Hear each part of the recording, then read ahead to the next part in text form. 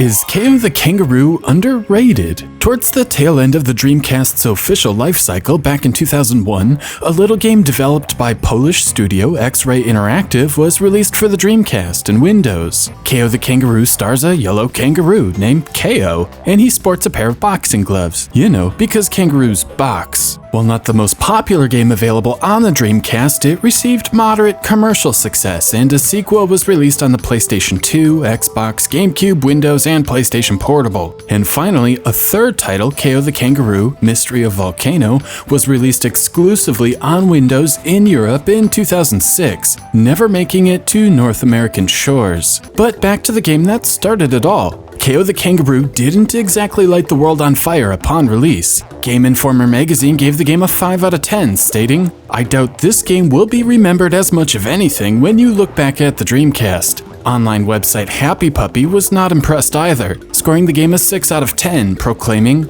"While not a total waste of time, Kao the Kangaroo certainly isn't a Dreamcast tour de force. Anyone that has ever played a platform game will find it inherently derivative, and therefore overwhelmingly personality deficient." And finally, IGN gave the game a 6.2 out of 10, with a harsher critique. With awkward controls and an unfinished feel, Kao the Kangaroo tries to leap just past the standard, but falls short of making the jump to the next platform. So, can a game which spawned an entire trilogy really be this drab? Well, let's take a look. The opening cinematic shows a somewhat derpy-looking kangaroo taking a nap, but is awakened when a butterfly lands on his nose. When he finally catches the winged critter, he discovers he has fallen into a hunter's trap. We then see the hunter has carelessly left a pair of boxing gloves in said cage. While I somehow doubt the hunter was using a trained butterfly for bait, nor do I believe said hunter would accidentally leave boxing gloves in a cage on a hunting expedition, the scene is short and does what it needs to do. There is a hero, he has a mission, and we have a game. Right away, you'll notice Kao the Kangaroo is definitely inspired by the Crash Bandicoot series. The action takes place from behind, down a narrow path, in a jungle setting. It's not the most original thing ever, but I like Crash games, so I'll let it slide. Kao himself has a pair of attacks. Obviously, he can punch with those sweet gloves, but he also has a tail whip. Additionally, he can sidestep left or right. Finally, you can collect some projectile gloves, though these are few and far between and not required at any point in the game. Of course, being a platformer in 2001, there are items to collect. In this case, there are coins, and collecting 100 earns you a free life. To collect all of them in a given stage, you also need to find a hidden, or not so hidden, warp platform that takes you to a bonus level. Again, I can't help but be reminded of the original Crash Bandicoot games. After clearing the first stage, you are taken to a map screen. Here, your entire journey is laid out on a treasure map. It's easy to see how many stages are left, where the boss battles are, and of course, the final level is against the evil hunter.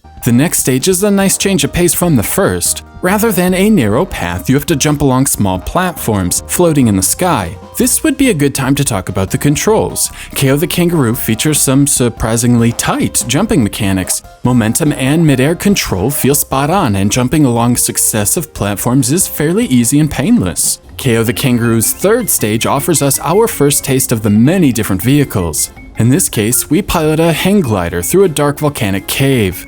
After this, we get a mild puzzle where we have to push some levers in the order shown on a signpost. The level finishes off with a chase sequence, which again reminds me of a certain mascot marsupial. Throughout the adventure, new wrinkles are added to the formula. Here, you have to take down electric towers as you progress through the level, otherwise they'll shock you. The vehicles start to pile up as well, including a snowboard, a speedboat, a spaceship, and even an alligator. There are even some downhill sliding sections that feel like they're ripped straight out of Super Mario 64. If Kao the Kangaroo does one thing well, it's offering a ton of variety. From dense jungles, tropical islands, ice levels, snow levels, a giant boat, an old castle, deserts, ancient rooms, a space station, and even space itself, Kao never runs out of new areas to hop through. Another great thing is the difficulty curve. While the opening stages are incredibly simple and easy, by the time you get to the final leg of your journey, the difficulty really amps up, requiring more precise jumps, trickier enemies, and more obstacles. Moving on, the bosses too aren't bad and relatively simple. Basically, you have to figure out how to make the boss vulnerable and then punch him. Do this 3 times and the fight is over. Again, these are not great by any stretch, but after experiencing a wealth of really awful boss battles in the Dreamcast era Sonic games over the past year, it is somewhat refreshing to just have a simple fight without any glitches. So, after making your way through 25 different stages and battling your way through 4 boss fights, we finally make it to the standoff against the Hunter. Like the boss battles before it, this is surprisingly simple. All you have to do is wait for the Hunter to fire off 5 rounds and then punch him. Each time you repeat the cycle, he moves towards the cage in the center of the ring. The final blow will send him to the trap, and you beat the game. The final cutscene shows the captured kangaroos leading the Hunter to a boat to row off into the distance. It's not the best ending ever, but it does the job. Cue the credits. Before we get to the conclusion, let me first talk about the overall presentation. As you've no doubt noticed, the graphics are definitely below average. Level geometry is extremely basic, and Kao the Kangaroo is definitely not pushing a lot of polygons on the screen. Textures are also of the low-res variety, and tend to look a bit muddy as a result. The entire game has a very Nintendo 64 feel to it. On the plus side, the game is colorful, which I do appreciate. Each environment features bold primary colors, and they do look nice. Kao himself is also well animated, and his walking and jumping animations look smooth and convincing. The punching animation is a bit more chaotic, but it's still not offensive. Unfortunately, the frame rate is not good. With graphics this basic, I feel the Dreamcast version should have no problems running at 60 frames per second. Instead, it hovers around 30 and camera pans can look awfully choppy. The music too is a real letdown, and almost every piece is very basic. Tracks have few instruments, the compositions seem like something I would have made in Fruity Loops back in 2000, and overall they lack any real depth.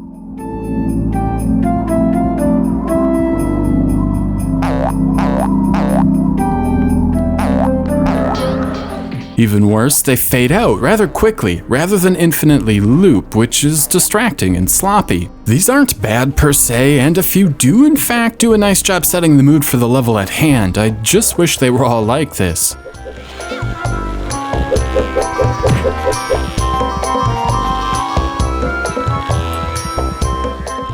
So, with all of that out of the way, we arrive where we began. Is Kao the Kangaroo underrated? In my opinion, no. Kao the Kangaroo is not a bad game, and the overall sense of blandness doesn't bother me. However, the game has quite a few problems. First and foremost, the combat is not satisfying. Kao the Kangaroo has a tail whip in addition to a punch, but they both function exactly the same. The hit radius is the same, and neither is beneficial in any given situation. In fact, I relied exclusively on the punch, simply because I could hold the button and Kao will punch indefinitely.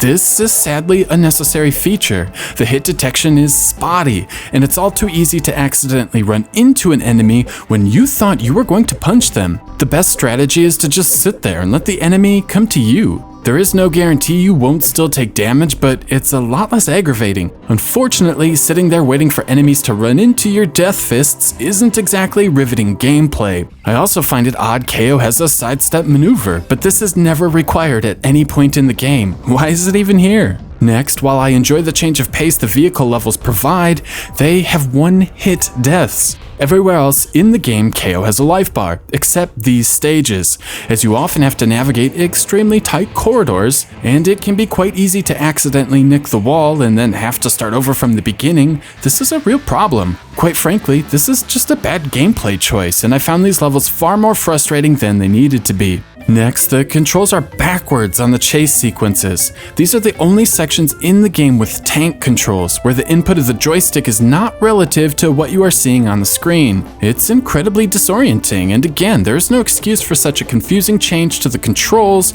during these sequences. Even worse, Kao moves quicker when you hold the jump button, which is cute but can lead you to jumping to your doom. There are other confusing moments as well, like why do I take damage for hitting this obstacle? This happens at no other point in the game. Why did I waste all of my time jumping on these platforms to get led to a dead end? How did the camera get stuck with such simple geometry? How was I supposed to know I had to push this crate? A later stage actually guides you into pushing a crate, but this guidance comes in a later level. Why does running under Zeus cause him to fall? Why are these alligators so damn hard to land on? It goes on and on. But none of these problems compared to the frustration of these crates. There are two sections in Kao the Kangaroo where you are riding a moving platform while crates are coming at you. You are supposed to punch the crates at the right moment to break them, but with the questionable hit detection noted earlier, you're more likely to get pushed to your death. Even worse, these sections are so poorly programmed, you might get pushed to your death by invisible boxes. Yeah, it's pretty bad.